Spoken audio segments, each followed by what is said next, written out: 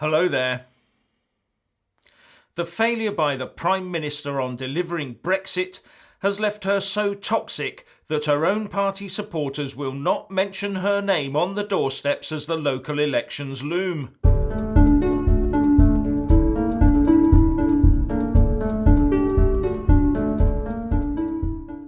It seems that Tory Party activists are wary of mentioning their leader's name on the doorstep in case their local election efforts are tarnished with the ongoing Brexit betrayal.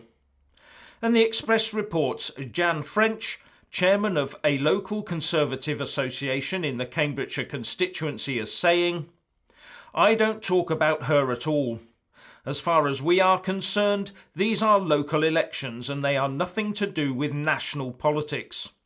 We are having a bit of a tough time on the doorsteps and we want to be talking about local things we can do and achieve." So exactly how do you disconnect the lack of central government funding and the squeeze on local services? Now, as I said in a video yesterday, the two main parties are going to have the devil's own job to sort out a Brexit stance that they can present to the people in the upcoming EU elections. And it seems that some Labour MPs have deep-seated reservations about holding a second EU referendum, which they say would be divisive but not decisive. But the Labour Party leader Jeremy Corbyn is already under heavy pressure from some of his own MPs to declare that a second referendum is now full party policy. But there are other Labour MPs who are telling him in a letter not to scupper a possible Brexit deal with the Tories by opting for that second referendum. In the letter they say, "Insistence on inserting a second referendum into the process would almost certainly cause the talks to collapse. We must not allow what some colleagues see as their ideal outcome, i.e. a second referendum, to block the emergence of a pragmatic, sensible, bridge-building Brexit deal that a clear majority of Labour MPs would support." And it goes on to say that the Tories would never support a second referendum anyway, so inserting a Labour red line of a second referendum would just ensure that the talks failed, and that they needed to be seen by the public to be negotiating in good faith. So the opposition leader now has up to 40 of his own MPs who are strongly against a second referendum, and up to 80 who are strongly backing one. But he can't jump both ways, can he? And he probably can't jump into bed with the Tories to back their deal unless it is changed fundamentally to include a customs union and a much closer relationship with the EU.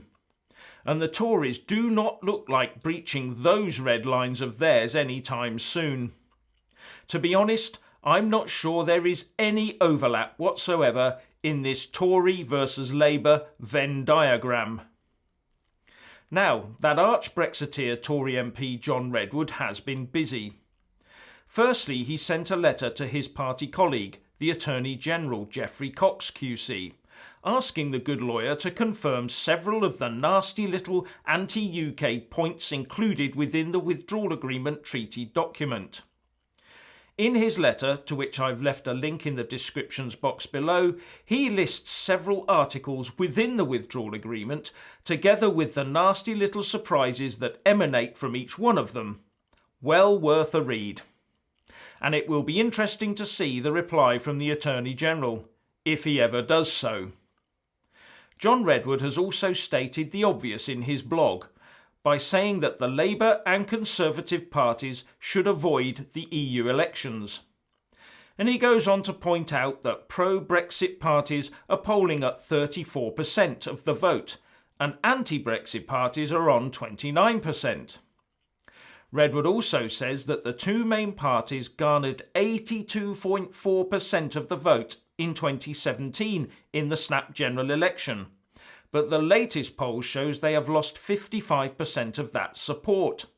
And he writes, "It is difficult to see how a Euro election could be other than a verdict on how and when to get out of the EU. The indecision by Conservatives and Labour over this very issue has led to their collapse in the polls, as many voters have come to doubt their stated intention at the last election to get us out in good time. One of the points I'm not sure I agree with him on, though, is when he says that the UK could leave the EU on the 22nd of May without a deal and no EU elections. And on this he writes, "My advice to the government remains the same. Announce you are cancelling the Euro elections and leave without signing the withdrawal agreement. We can leave on the 22nd of May under the extension agreement." Now, the Article 50 extension decision by the EU actually says that if no deal is reached and we do not hold EU elections in the UK on the 23rd to the 26th of May 2019, then the extension should cease a few days later on the 31st of May 2019. And I will point out that the wording of the decision uses the word should cease on the 31st of May 2019. It does not say must or will. It uses the word should. I'll just leave that question mark hanging there for you. So my reading is, if we leave with that abominable withdrawal agreement, we could get stitched up on the 1st of any month after the whole thing was ratified up to the 1st of November. Or we leave with no deal or no elections on the 1st of June. And on the matter of stopping the EU elections, as I've said before, I'm not sure that would be possible, given the number of MPs and Lords in Westminster who are extremely keen for them to take place, because it is, of course, the surest way of keeping the UK firmly inside the EU. And finally, the Metro reports that the Prime Minister has now joined the Yellow Vests. She donned the safety apparel to act as a marshal for the Maidenhead Easter 10k run, where she directed runners to keep them on the proper course. You have to wonder how many of the athletes ended up lost, don't you? Especially if she was using the same technique she uses in politics, of pointing in more than one direction at every opportunity. It's a good job she wasn't directing traffic, wasn't it? We could have been looking at major carnage. Anyway, what do you think? Please share and comment, and thank you for watching. Please do like and share this video, and also subscribe to my channel. And when subscribing, please do remember to press on the little bell next to the subscribe button. That way you'll get an alert every single time I put up a new video. Thank you very much for watching.